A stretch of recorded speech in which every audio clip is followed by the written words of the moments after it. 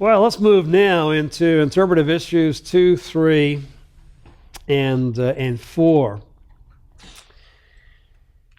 The second interpretive issue that I want to deal with Deuteronomy, and of course this is because of the importance this verse has, particularly in the Jewish tradition. In the exhortation that Moses gives to Israel, the latter part of chapter 5 through verse 11,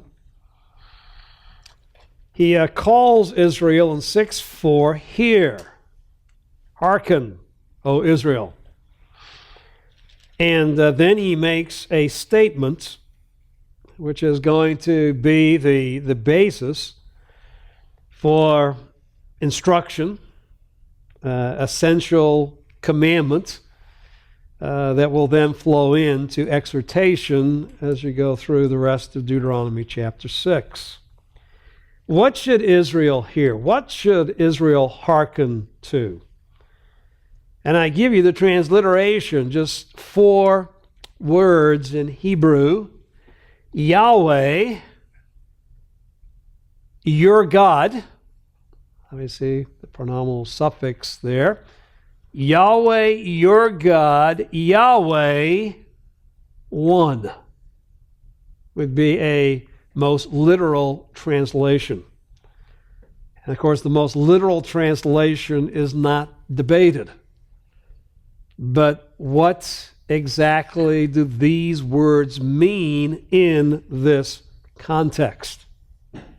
So certainly this is an affirmation. This is a statement that Israel is to take to heart. Hear, O Israel. Literally, Yahweh our God, Yahweh one. Now, in response to that truth, in response to that proposition, in response to that statement, then comes a commandment. And you, by the way, singular, and you, individual Israelite, shall love the Lord your God with all your heart, with all your soul, with all your might. And these words which I'm commanding you today shall be on your heart.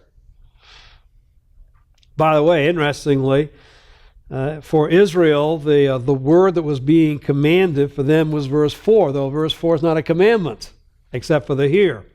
Hear, O Israel. Hearken, O Israel. But what was to be on their heart was that Yahweh our God, Yahweh is one. And you shall teach them diligently. This is this basic truth and the commandments which flow out of it to your sons. And you shall do this, obviously, at all times, when you sit in your house, when you walk by the way, when you lie down, when you rise up, that is, in all your activities. You shall bind them as sign on your hand, and they shall be as frontal on your forehead. That is, they're to guide your thinking, they're to guide your conduct. And you shall write them on the doorposts of your house and upon your gates. Your doorposts, they are to direct what takes place in your house. On your gates, they're to direct what takes place in your town. And so when it comes about, God gives you all these good things that he's going to give. Verse 12, watch, lest you forget the Lord who brought you from the land of Egypt. You shall fear only the Lord. Verse 13, you shall worship him, swear by his name. You shall not follow other gods or any of the gods of the peoples around you, for the Lord your God in the midst of you is a jealous God. Otherwise, the anger of the Lord your God will be kindled against you, and he will wipe you off the face of the earth. That in some way, this declaration that Moses has made concerning Yahweh is to lead Israel away from idolatry, away from serving and worshiping and following other gods and following Yahweh alone. And so this will lead to their obedience and God's blessing that at the end of the chapter will lead to their sons asking them about the statutes and judgments which the Lord commanded, and will give them a chance to testify to fulfill what he had said in commandment in verse 7. So there's a very close, obviously, tie-in between what is introduced in 6:4 all the way through chapter 6, verse 25.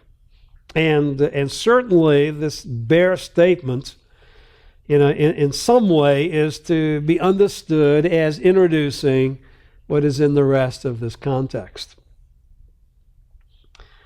Now, certainly to understand the statements of 6:4 is to realize that there is to be at least one, if not two, placings of the verb to be. And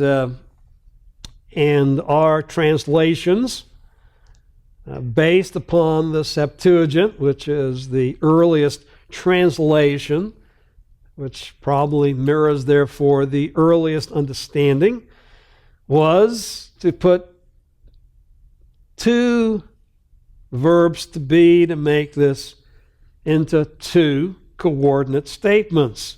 Number one, Yahweh is our God. That's the first affirmation. Yahweh is Israel's God. And of course, again, this is being spoken to the individual Israelite. Israelite, Yahweh is your God.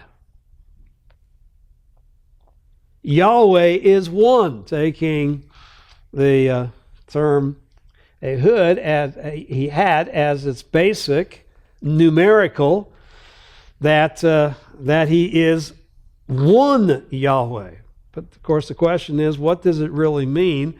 Yahweh is one Yahweh. One is a singular Yahweh. Now certainly, by the time we get to the New Testament, this was seen as an affirmation of monotheism. Yahweh Israel is your God. And I should say this, Yahweh Israelite is your God. Because again, the suffix is singular. This Yahweh is one Yahweh. There are not many Yahwehs. Now, as Elohim, I could see a little bit more of an emphasis upon the singular, and it may be that way.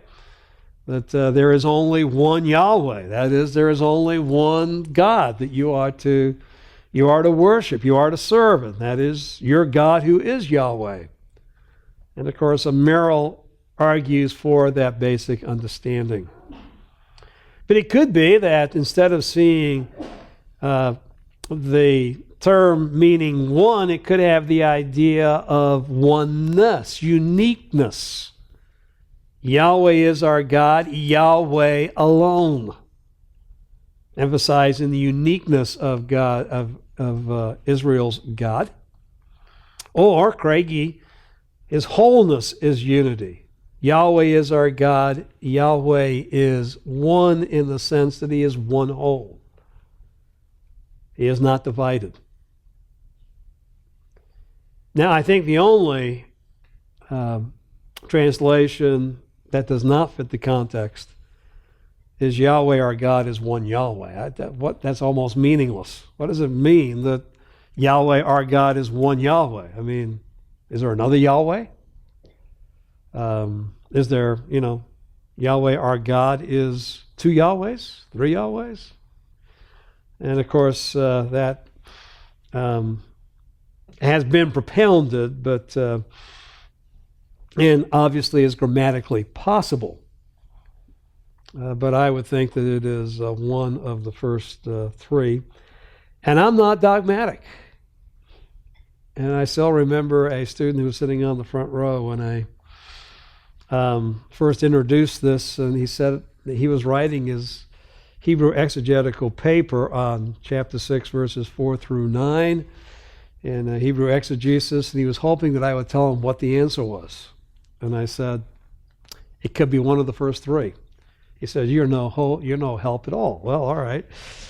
I lean toward the fact within the context as a reminder to Israel of the uniqueness and, yes, the wholeness, the oneness of Yahweh, and no one can take his place. And therefore, Israel's response to this affirmation about Yahweh is to be wholehearted embracing of Yahweh himself. Because Yahweh is Israel's God, Yahweh as one or Yahweh alone, then the wholehearted embrace of the Israelite is to love the Lord with all heart, all soul, all might. That is, with a total embrace of all that the person is, with a particular emphasis upon heart coming first. That this is to be a wholehearted internal decision, which then impacts every area of thinking and life, every aspect of your thought and your doing. And of course, I think that, rather than stumble upon exactly where to put the verb to be in verse 4, is to realize the essence of the truth being given is, all right, you have one God, Yahweh is that God, embrace him with your total being, serve him with the totality of your heart, and pass that on to future generations. Right? And that fits within the context of Deuteronomy chapter 6. Then when you get to chapters 12 to 25, and you probably sensed this as you were going through all of these statutes and ordinances, these statutes and judgments, and we'll talk a little bit about statutes and judgments in just a second. But as you were going through these laws, and you're saying, okay, I've appreciated the expository preaching up until this point. Here's Moses been explaining, what has taken place in Israel's past, Israel's present, and is bringing exhortation upon that. Hey, I'm a preacher. I understand what it is, to give narration, understanding of what has been said, and then after you've expounded, after you've given an explanation, then to bring an exhortation, positive and negative, an exhortation to obedience, a warning of what's going to take place if you disobey. But now, in the heart of this preaching, in chapters 12 to 25, basically you've got a description, you've got an explanation of these laws which are to direct Israel's life, particularly as they go into the land, and no exhortation. I mean, this is just one law after another. Is there any harmony? Is there any organization? Is there any structure? Is there any coherence? Or is Moses just saying, okay, when you get in the land, you need to do this, you need to do this, but think about this, and think about that. In other words, is this kind of postmodern Moses just, with the flow of consciousness, just giving random laws as they come into his mind? And probably the first time you read through it, living in a postmodern world, you thought, well, maybe that's the way it is. Just what's the connection? And you're not the first ones, because there are many who hold to the fact that this is a disparate collection of legal stipulations without any structure or unity whatsoever. However,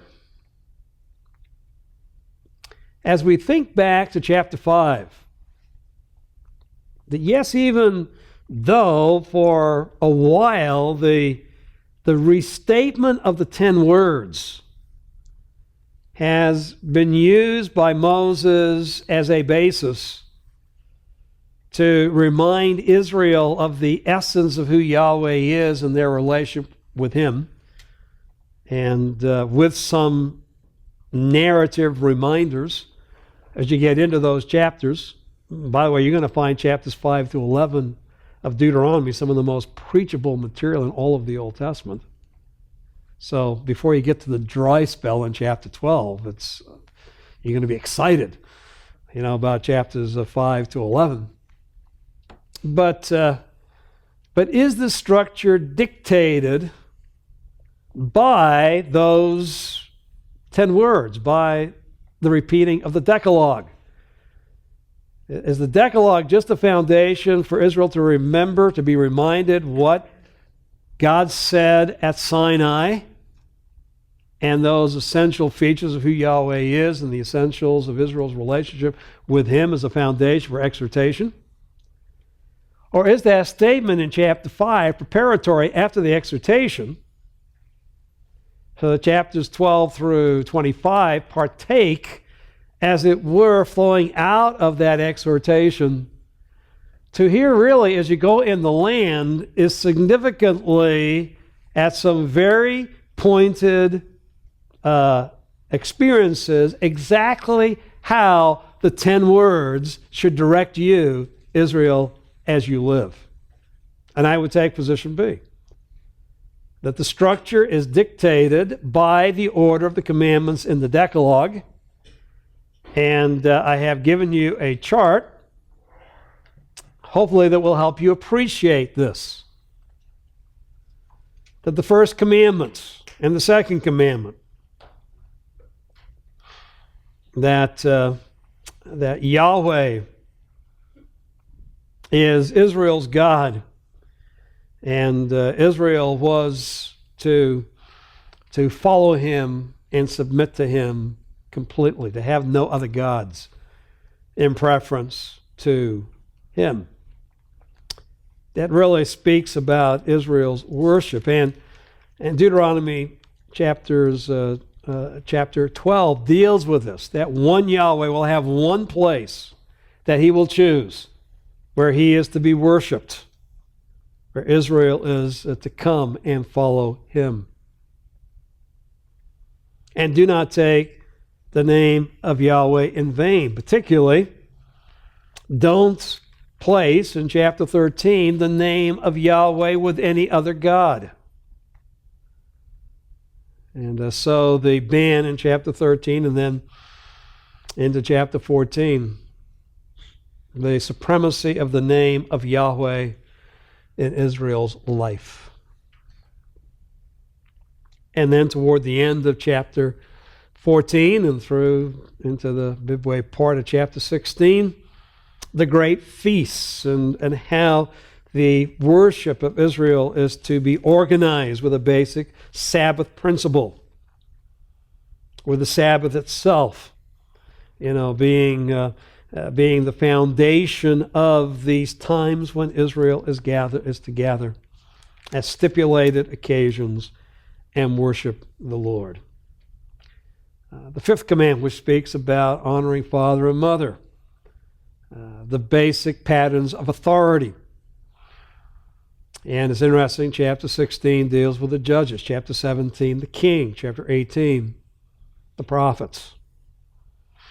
These are authorities that God sends that are to be recognized, and actually, at the beginning of chapter 18, also the priests. These are authorities, just as the parents are to be honored in the home, these authority structures are to be honored and followed and obeyed, that God gives in Israel. Chapters 19 to the beginning of chapter 22 deals with the commandments that deal with the death penalty.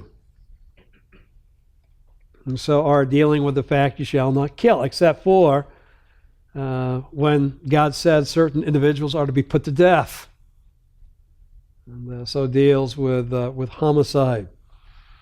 22:9 through 23:19 broadly deal with sexual ethics, the application of not committing adultery. And again, many specifics that are given and how the marital relationship between the man and the husband within marriage is to be guarded. And then broadly at 23:20 to 24:7 dealing with, thou shalt not steal. You shall not bring false witness. Then only in chapter 25, verses 5 to 16, you're to check the desires of your heart as well. Now, even giving these broad parameters, there are specifics that, how do they exactly fit in? Matter of exegesis, but I think, and again, you can trace this through in Merrill's commentary, that I think there is good warrant, to understand that there is a progression, there is a cohesion on these commandments that are given to us in the heart of Deuteronomy, based upon their relationship to the outworking of the basic principles given in the 10 words. Now, certainly, this discussion of chapters 12 to 25 leads us to a discussion that I kept putting off until this point,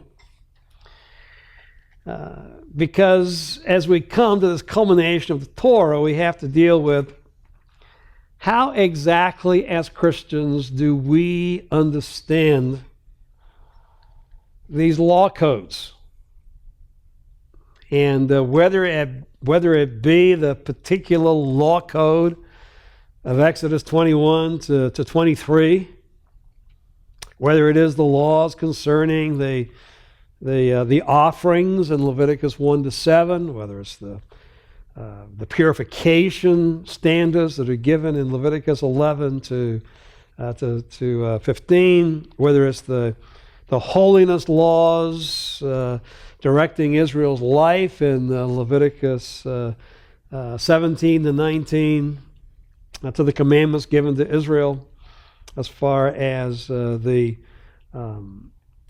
tabernacle, their interaction with that tabernacle in Numbers chapters 1 through 6, and even Moses' exposition, particularly in chapters 12 to 25. I mean, it seems like so much of this law has nothing to do with you and I as Christians. I mean, we're not part of a Christian army invading a land of Canaanites, so that we need to know particularly what to do when we come upon certain cities, and cities that surrender, and what are we to do with the captives that we now have taken. I mean, we read Deuteronomy chapter 20 and say, very, very interesting, but so what?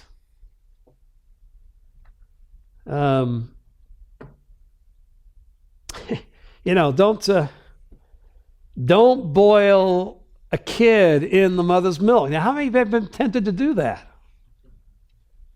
I mean, just last night I was tempted to take the kid and boil in the mother's milk. And the commandment came, and I realized, oops. And particularly, what about, Leviticus chapter 12, when we try to give some indication on what we believe about, chapter 11, the food laws, chapter 12 even, how long is your wife to remain unclean after the birth of a child? Be it a boy, be it a male, be it a female. And what does that mean? But chapter 11, the food laws, and how those food laws, chapter 14, reiterated in Deuteronomy, and Acts chapter 10 seems to now, turn them around and say, okay, we're not to take those things to heart anymore as Christian believers. How do we understand the law? And I commend for your careful reading the chapter in Cracking Old Testament Codes by Richard Averbeck. And let me just draw a couple of salient statements that are in his chapter. He says the implication of the Old Testament law extend through the New Testament into modern church ministry and Christian life. The implications. And the fact that we have a law-giving God that calls his believers, his people, to follow certain standards is not just an Old Testament issue. It flows into the New Testament as well. And it is essential to understand the Old Testament law from the perspective of its original context and purpose. And this is why it's good to have this discussion now. We have gone through the Torah. This is the place to have this discussion, because now you started to get an understanding of the context in which these laws were given and the purpose of these laws within their biblical context.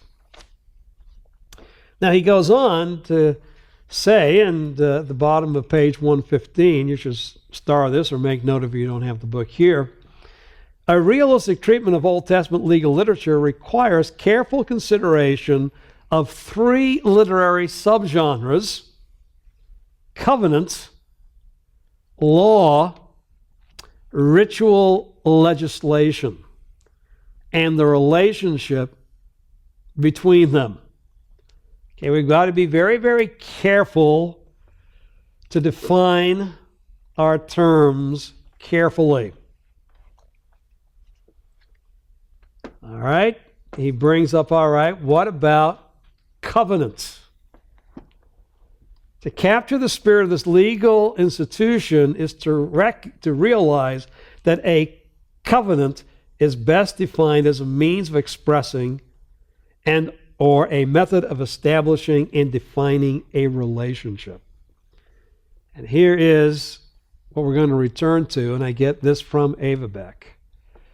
The Mosaic covenants within which the Mosaic law is embedded, because it is a covenant. The covenant with Israel, number one, made at Sinai through Moses by Yahweh with Israel, is to be considered primarily a legal contract rather than a relational bond.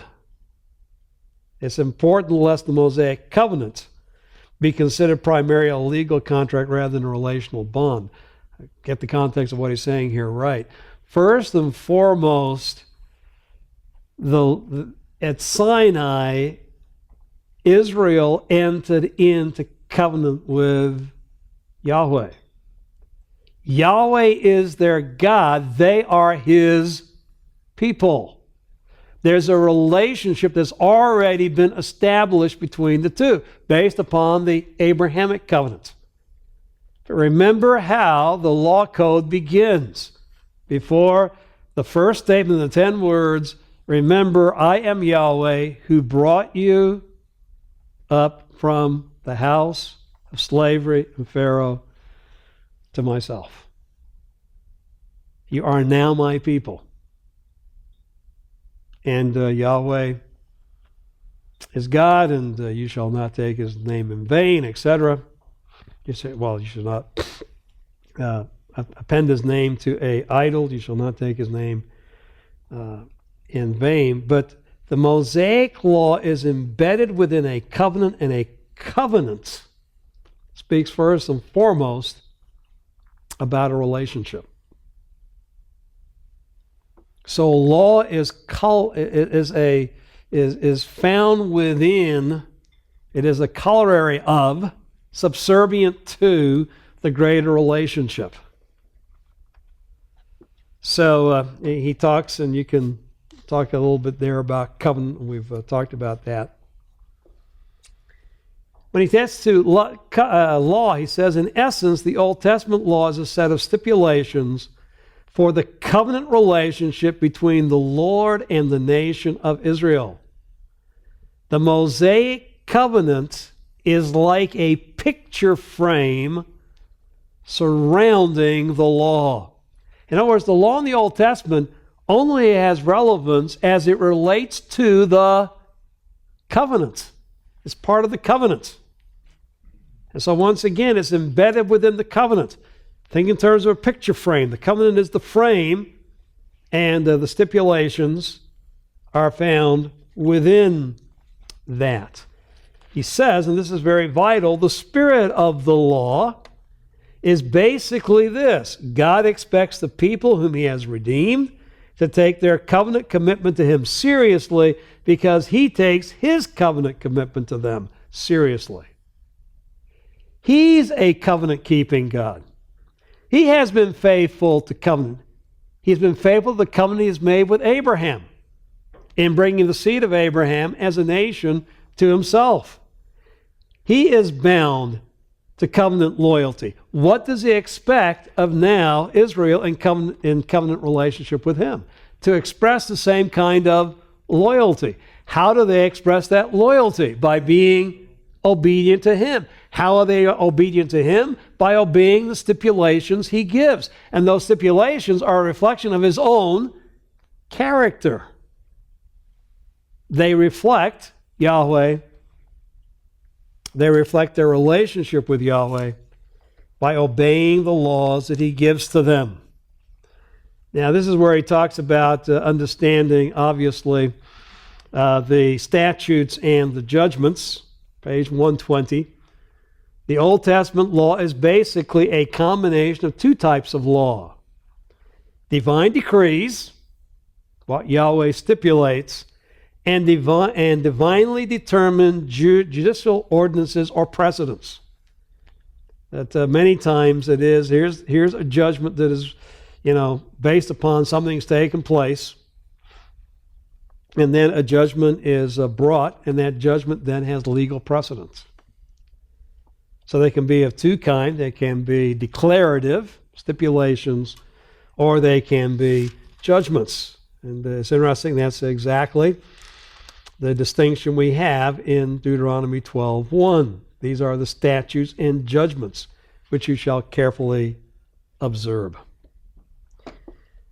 Then he goes on, we're going to come back to this again. The law is a unified whole. Ritual legislation within a subgenre of legal literature because of its distinctive concerns and content. And so there is no distinction in the Old Testament between ritual legislation, that which governs what takes place at the tabernacle, what takes place with the priests, the offerings, etc., and the other law as well. And then we'll come back to how he talks about the application of the law, because it's vital that first and foremost that we understand this nature of the law as far as the Torah is concerned.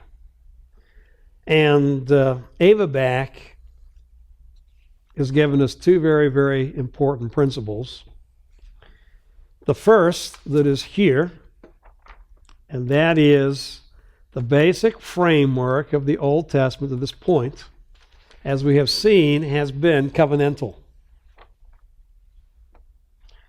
That the Mosaic law finds, the Mosaic covenant finds its meaning in its association with the Abrahamic covenant, and then the Abrahamic covenant's association with the Noahic covenant.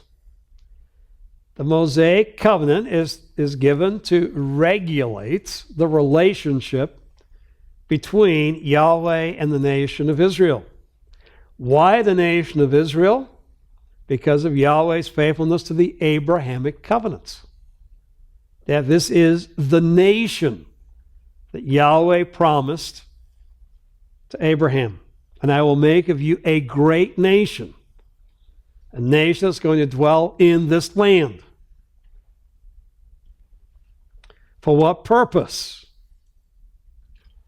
That through you, Abraham, all the nations of the earth shall be blessed. In you, all the families of the earth shall be blessed.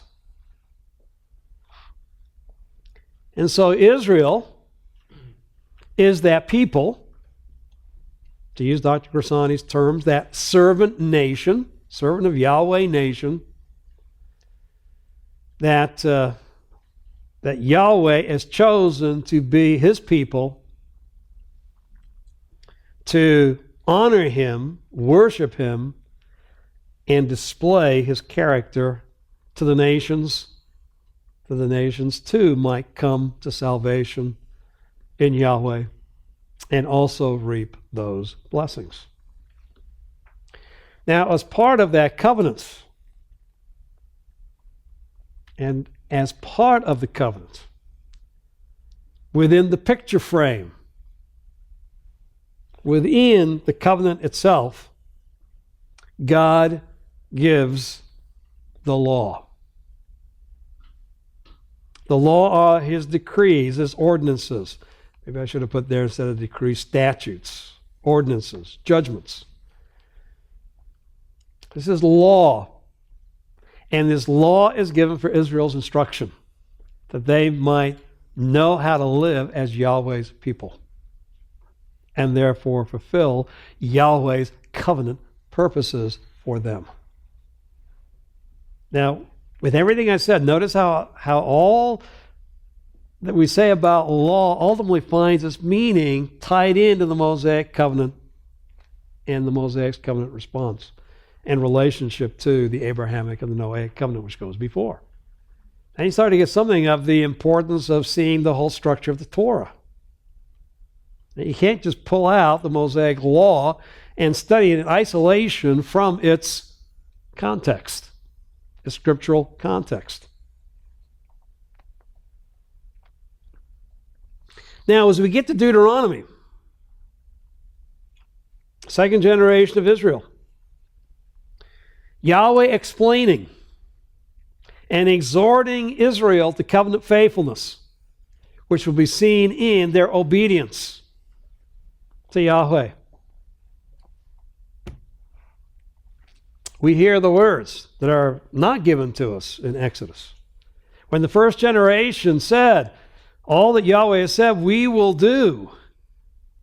And Yahweh's response, which has not been given up to this point, until Deuteronomy 5, oh, that they had such a heart that they would obey.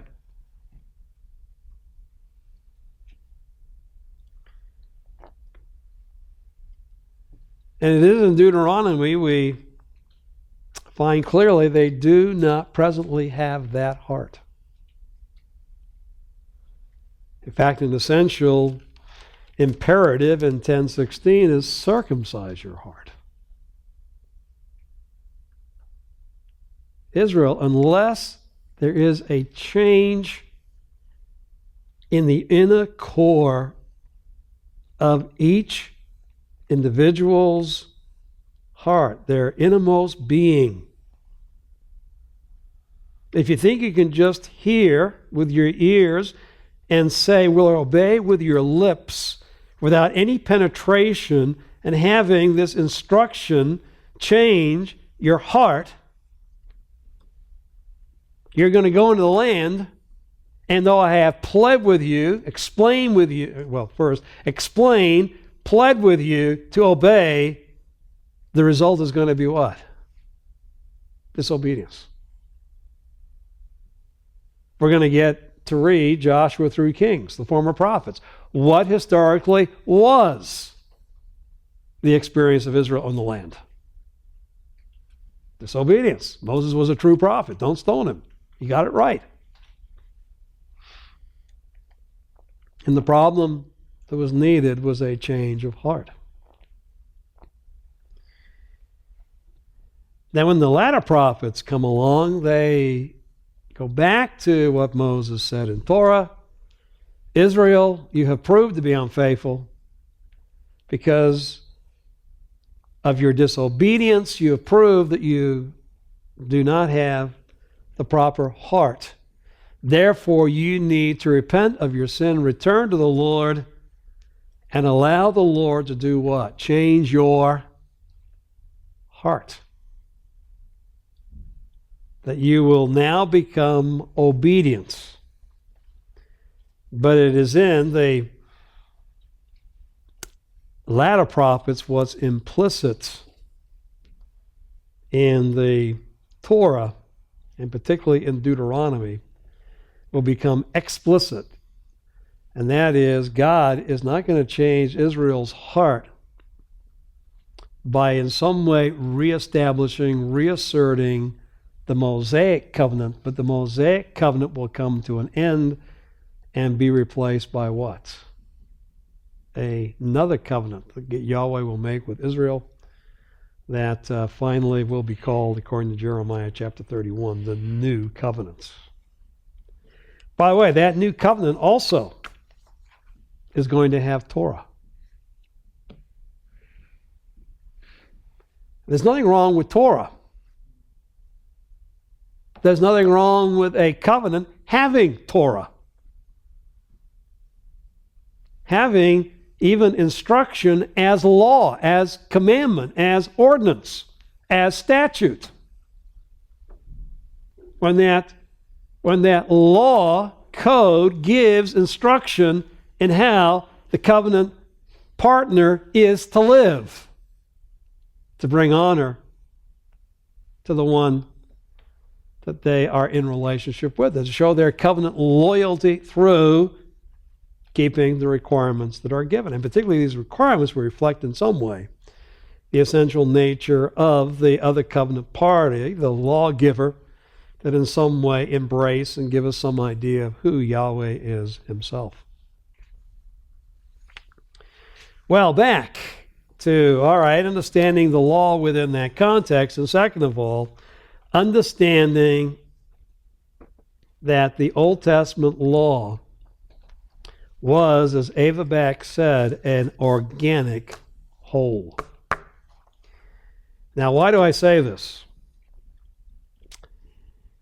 Because thanks to the influence of John Calvin, and you heard last week the influence of Calvin has been enormous, sometimes for good, if he got it right, and sometimes for not so good, if he maybe got it wrong. Now, if I, in the last hour, call the mass reason the question, at this point I have to call the Calvinistic tradition on the law. This has almost become so common that we think it's in the Bible itself, that the law is broken into three parts. The moral law, which are the essentials. The ceremonial law, which obviously deals with the religious. Of course, in the Old Testament, this deals with the priests, the sacrifices, etc. And then the civil law, which deals with the secular.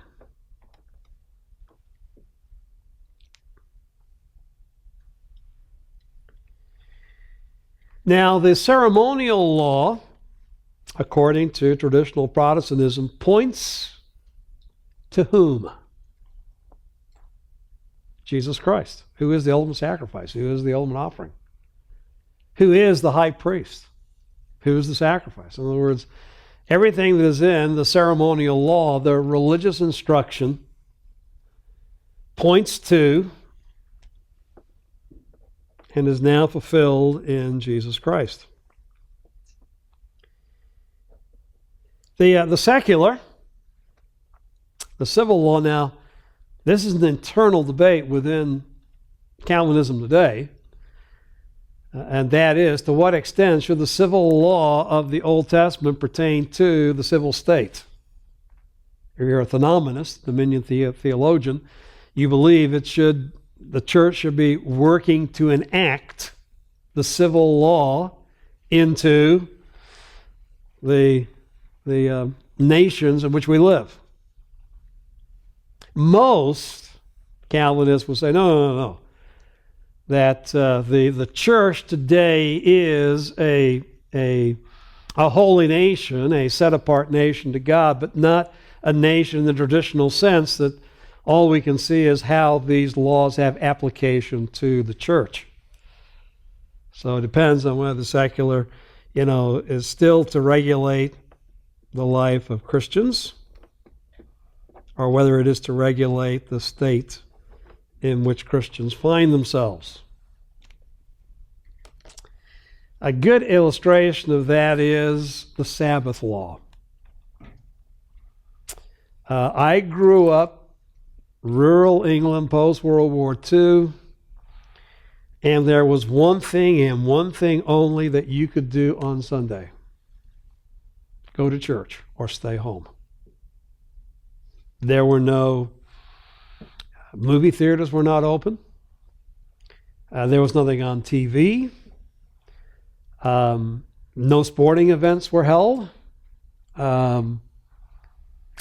Stores closed. Gas stations were closed. So you could drive, but you better make sure you had enough petrol as we call it in England, to get back home because there's no gas stations. I mean, everything is closed. Well, why? Because in England there was no division at that point between church and state, and the law said what? You shall keep the Sabbath day holy. Sabbath is now the Christian Sabbath, Sunday. Therefore, it doesn't make any difference whether you are a Christian or not, the state law. Now, late 50s, 60s, this starts to break down in rural England. It starts to break down in rural America as well. So no longer do we have a state law saying everybody, has to keep the Sunday, holy. But what do I still hear in church? You can't, because you are a Christian. All right, it's no longer binding in the state, and probably should never have been binding in the state, but it is binding upon Christians. And of course, the essentials,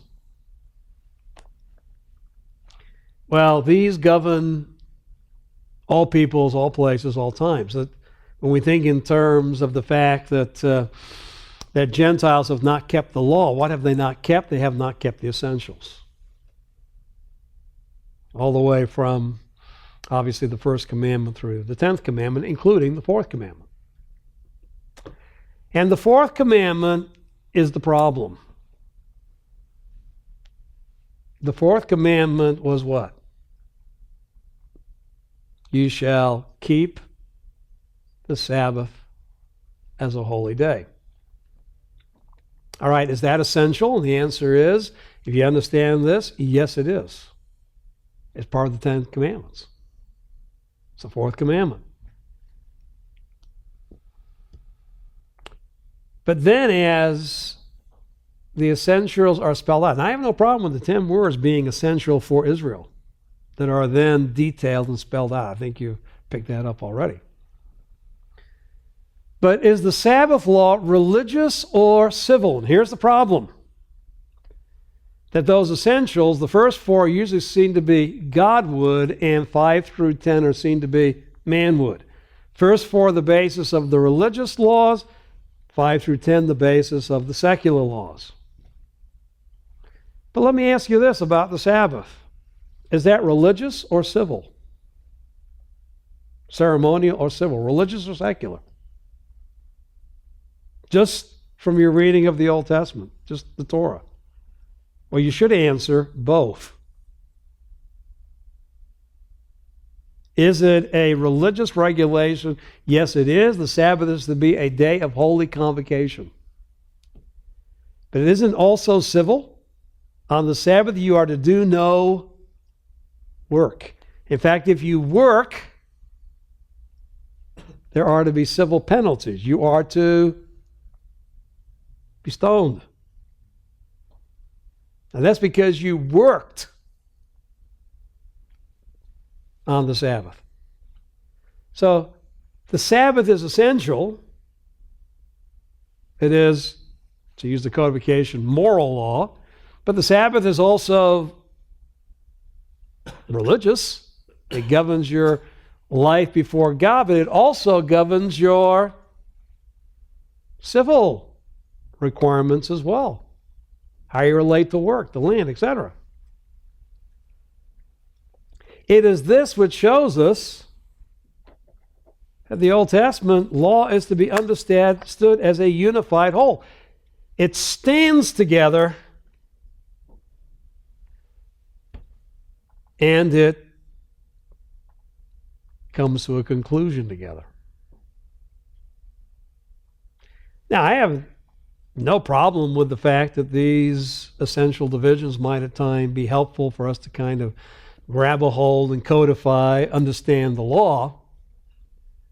But there's no passage in the Old Testament that says this is the moral law, this is the ceremonial law, this is the civil law, this is a category that has been placed upon the Old Testament.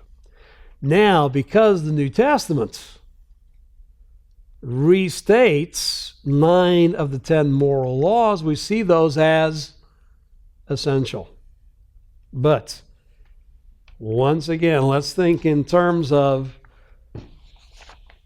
the Mosaic law. Now let's call it that. The Mosaic law finds its meaning within what? The Mosaic covenant.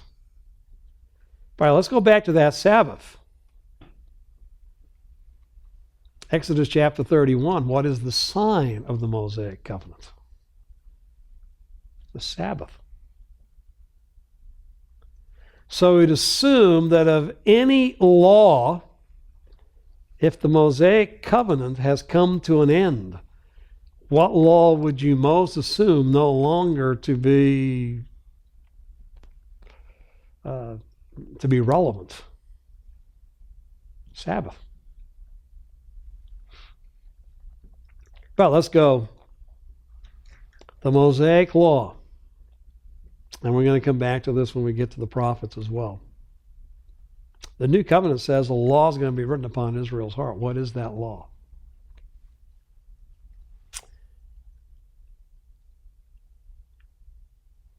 The Mosaic law is a part of the Mosaic covenant. If the Mosaic covenant comes to an end, what does that do to the Mosaic law? It too has come to an end. So now we get to really where the rubber meets the road.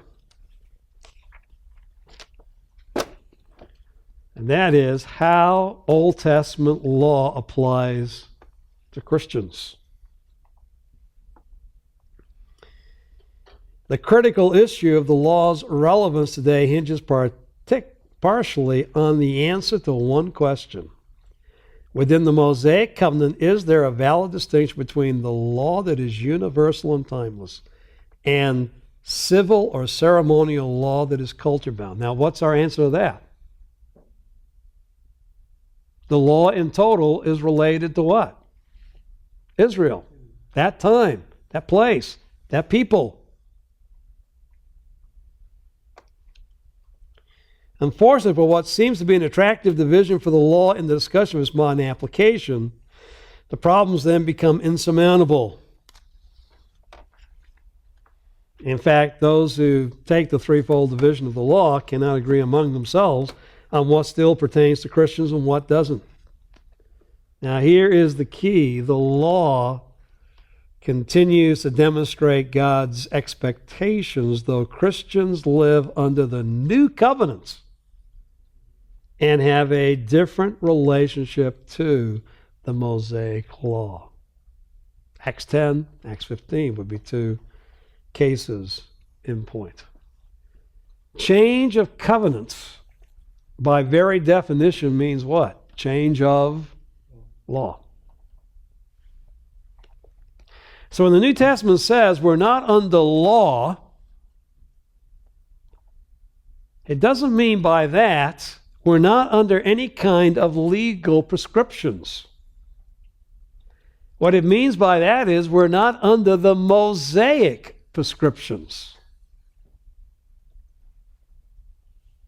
For we are, Romans 8, Galatians 5, Galatians 6 actually is where it is, Galatians 6 too. But we are under the law of the Messiah, the mediator of a new covenant. We're no longer under the law of Moses, the mediator of the old covenant. But we are under the law of Christ, the Messiah, the mediator of the new covenant. Now, it's significant today that many believers want to enjoy the blessings of the new covenant, which they should. There's blessings, there's benefits. Forgiveness of sin. The indwelling of the Holy Spirit, the internalization of the Torah. We love the benefits. But we have many Christians today who have a hard time with law as a principle that God has a right to tell me how to live. But if you're in relationship with God through Jesus Christ and you enjoy the benefits of the new covenant, it also means what? We as believers, just as there is in the Old Testament, are bound to show our covenant loyalty by obedience to the law of Christ. By the way, where's that law of Christ found? Read every letter of the New Testament. Now, we call them imperatives. What's another way to state an imperative? A command.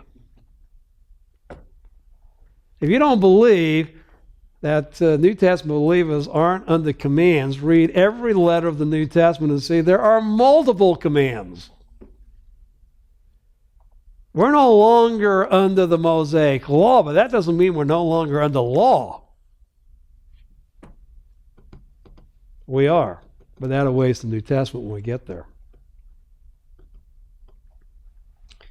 Because just like the Mosaic covenant law,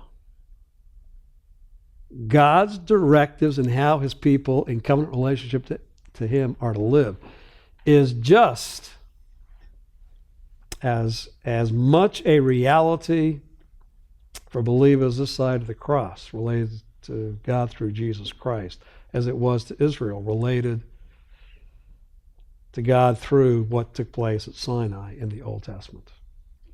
So that what takes place is, as Averbach gets it, what's our relationship to the Mosaic law? As direct prescript that we should obey, 0. As instruction in how God calls people in covenant with him to a standard which in some way reflects his own character that they are called to obey to fulfill the covenant purposes a great deal. We are called to the same kind of hearing and obeying to God in the New Testament as Israel was in the Old Testament. Now, am I in the stipulation not to boil a kid in his mother's milk? Don't have to worry about that one because it's never repeated in the New Testament. By the way, some are relaxed in the New Testament, some are intensified. In the Old Testament, you could divorce your wife for an unclean thing. In the New Testament, you can divorce your wife only on the basis of adultery and leaving. I got the legal word now, but desertion, or vice versa, wife to husband. So some commandments in the New Testament are more restrictive than what's in the Old Testament. In fact, to say I live under the Mosaic stipulations in some places is to have it easier. But in other places is to have it harder. But you know what? In both cases, even under the new covenant, can we fulfill the commandment God gives to us without what? A change of heart and the enablement of his Spirit. What Israel lacked in the Old Testament, we have in the New Testament. And of course, we prefigure what Israel will enjoy under the new covenant in the future. So there, in principle, is the nature of the law. It is unified. It is seen as a whole, and as a whole, it functions within the covenant. It's enveloped by the covenant. It finds its purpose. It finds its role within the Mosaic covenant. And with the Mosaic covenant no longer being that which regulates God's relationship to his people during this age, then that covenant no longer has that regulatory sense as far as the commandments are concerned. And so it is a unified whole that functions within the covenant. With the change of covenants, there is by necessity a change of legal requirements. All right, well, that certainly probably has provoked a few questions. And we'll take about 10 minutes and then we'll take a break and come back. So in other words, And here's our problem today, that the law in the Old Testament, the Mosaic standards for believers in Jesus Christ, have more of an educational role than a legislative role. That's a good way to put it. They're instructional, they're educational. They teach us about, in a sense, who God is and what it means to be the people of God. They're educational, but they're not legislative. I'm not called to obey them because I'm not Israel under the Mosaic covenant.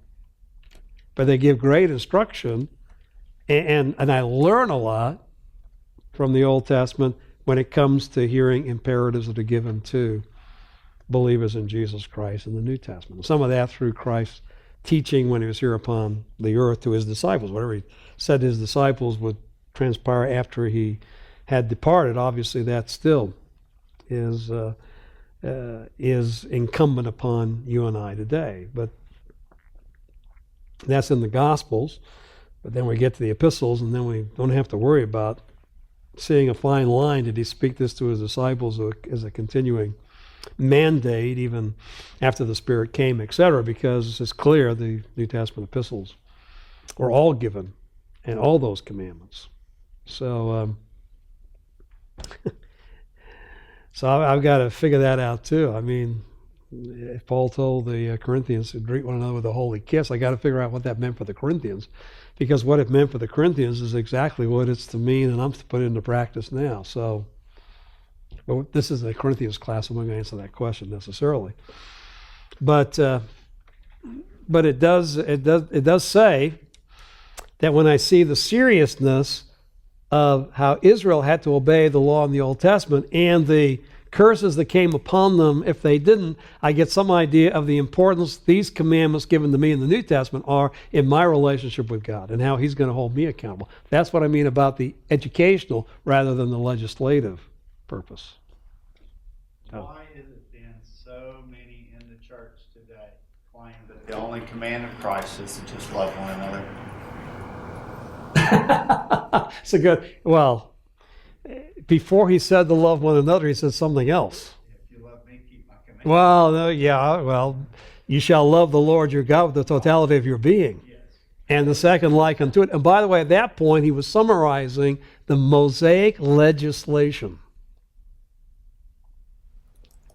That if you really want to get to, back here, if you really want to get to the moral law, it's not the 10 words. If you want to know what is really essential according to Jesus Christ out of all of this, he says two things are essential. Love the Lord totally and love your neighbor totally and consistently with everything you've got. That sums up the Old Testament Torah. Now, that also sums up the law of Christ, because it is Christ, and we don't think about this, Christ the lawgiver who says those are the two essentials of the Mosaic. And when you think about that, you can take every command that is given to the church in the New Testament, and doesn't it fall under either loving God completely or loving your neighbor as yourself? So there is a sense, in fact, I don't have to, that's a true exegesis, because Paul says that in Romans 13. That you shall love the Lord and love your neighbor summarizes everything that he says too. That's the summary of both the stipulations of the Old Covenant and the stipulations of the law of Christ. So if someone wants to say, yeah, all I'm called by Christ to do is love God and love my neighbor. And how do you do that? Well, how do you love your neighbor? Well, Hebrews 10, by not neglecting the assembling of yourselves together.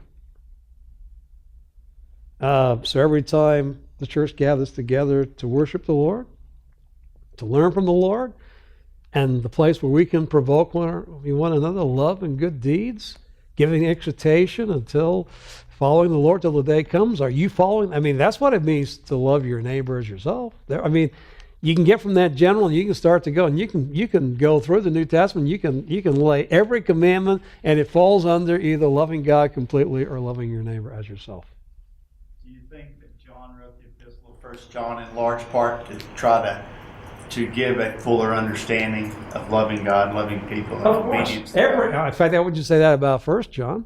Ultimately, that's true of everything from Romans to 3rd John, or Jude, I guess, is in the canon. I think 3rd John was written after Jude, but I mean, in the canon, yeah. Even the imperatives of the book of Revelation. Christ's call to the churches in Revelation 2 and 3.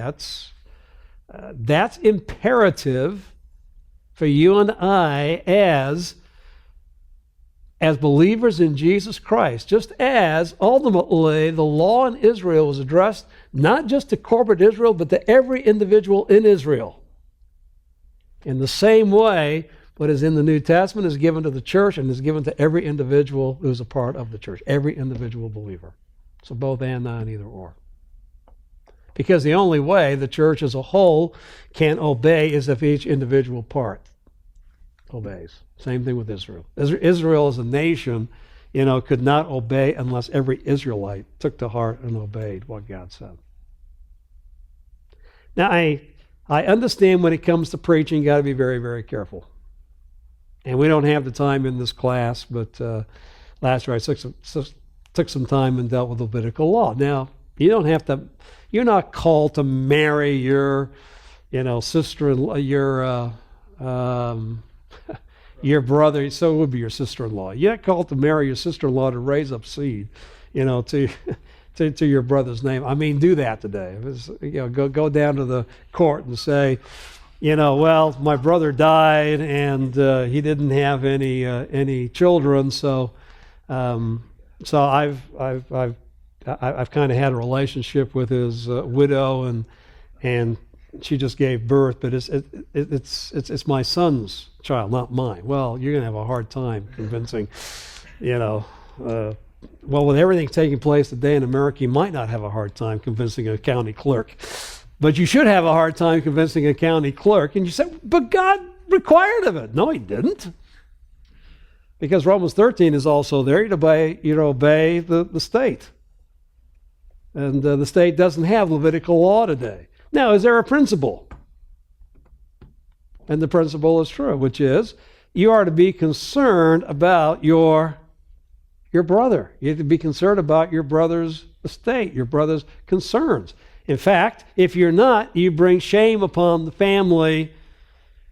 It is almost the 1 Timothy 5, that he who does not take care of his own household is worse than an infidel. Now, it's not in the same particular that is given in the Mosaic legislation, but the same principle is true. That you cannot say, I'm worshiping God, therefore I don't need to take care of my family. Too bad, I gave that money to God, I can't help you. Well, God doesn't want your money if it's at the expense of taking care of your family. Do you still use the moral law to hold unbelievers accountable to God? Oh boy, you answer yeah. Do you hold the moral law, or do you use the moral law to hold unbelievers accountable before the Lord? And even though I know this is popular, I can't go there. The Mosaic law was given to Israel. Can you offer a solution to the problem? The solution to the problem is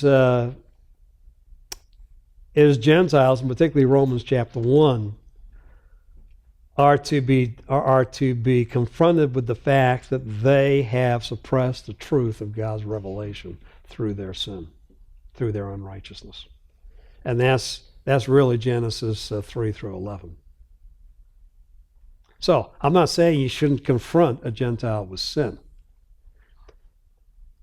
But that sin of the Gentile is a sin of rejecting their Creator and turning away and falling into idolatry. Not giving glory, not giving thanks to the Creator, suppressing that truth about the Creator, and turning to idolatry. That's the Gentile sin. That's what they're to be held accountable for. In fact, any stipulations that they're to be held accountable for are stipulations under the Noahic covenant of Genesis chapter 9. Because that's the covenant that's made with all flesh, not the Mosaic covenant. So I know there's been a lively blog debate about this through some of our graduates, and I guess some of them got their ideas from me, and and hopefully they have developed them into their own understanding of what's in the Bible. But obviously, you cannot give the gospel without confronting people with their sin. The specifics, I think biblically, for a Gentile is you suppress the truth of God in unrighteousness. That's what God holds you accountable for. Not because you haven't kept the Sabbath, and not because you've even committed adultery or anything like that. Now, we live in what used to be a Christianized America. I mean, there's still places in, the Midwest where they have the Ten Commandments posted, in the Civic Center. I don't think the Supreme Court has gotten rid of all the, Ten Commandments that you can see. In fact, when they have, private people have gone ahead and got things, and you can go. So Americans, even American non-Christians, know the Ten Commandments, and they know that they have failed to keep them. But specifically in Scripture, that's not, what we confront a Gentile unbeliever with. Now, a Jewish unbeliever, yeah, confront him with the 10 words. You've broken them. Because you said in covenant faithfulness, all the Lord has said we will do. In fact, I can confront him with the fact, have you ever taken a sacrifice to the altar through the priest for forgiveness? Well, no, we can't do that anymore.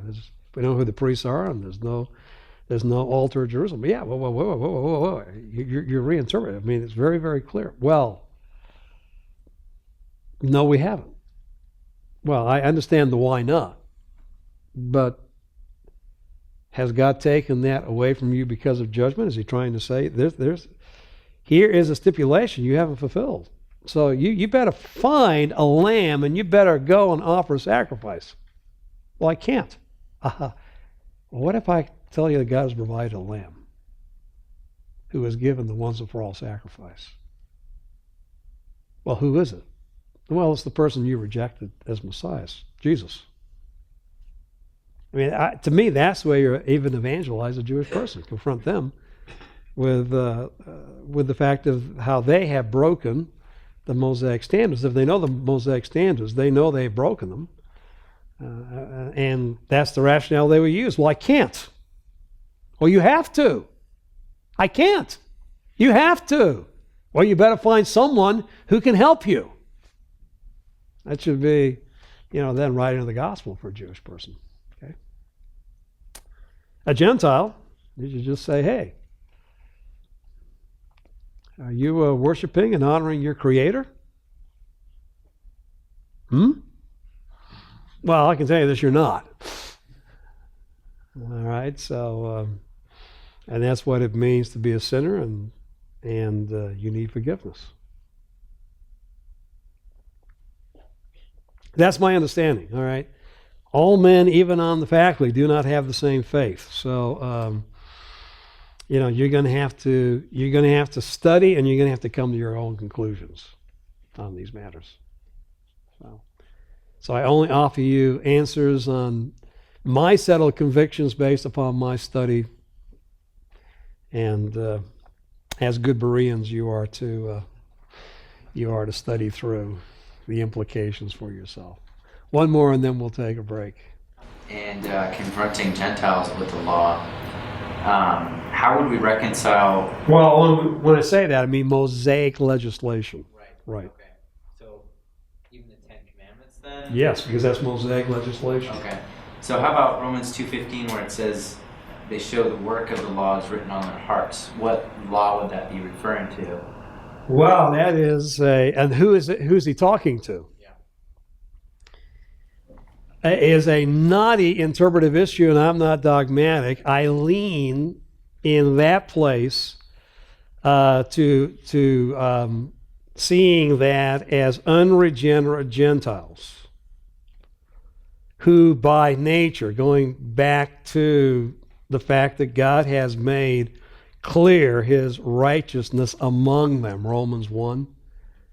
So that, and because of that, by nature, they do certain things, because of this subconscious understanding. And God, and at that point, it's an object lesson to Israel, that they, not having the law, shown obedience to a law that is not there. Yet ultimately, God will either excuse or not excuse them based upon how they followed that, with the emphasis being upon he's going to ultimately bring Gentiles into judgment too for their non-law compliance. But certainly at the end of chapter 2, he is talking about regenerate Gentiles in verses 27, 28, 29 of chapter 2. And some take that those Gentiles in 2, 14 and 15 are also regenerate Gentiles. And he's talking about new covenant benefited believers. Those are the Gentiles who obey the law, and it's all by nature. Where does that go? What does that modify? And so there isn't. You can read both. I believe Murray and Cranfield's commentaries on Romans. I think Murray in the end takes the old traditional viewpoint. Cranfield takes a newer position that these are New Testament believers that are being referred to there. So, and Romans, and I will tell you this, you've got to know your Old Testament before you start to study Romans. Too many people study Romans without knowing the Old Testament and read things into Romans that are not there. So, understand the Old Testament, and you'll understand Paul a lot better, particularly in Romans and even Galatians.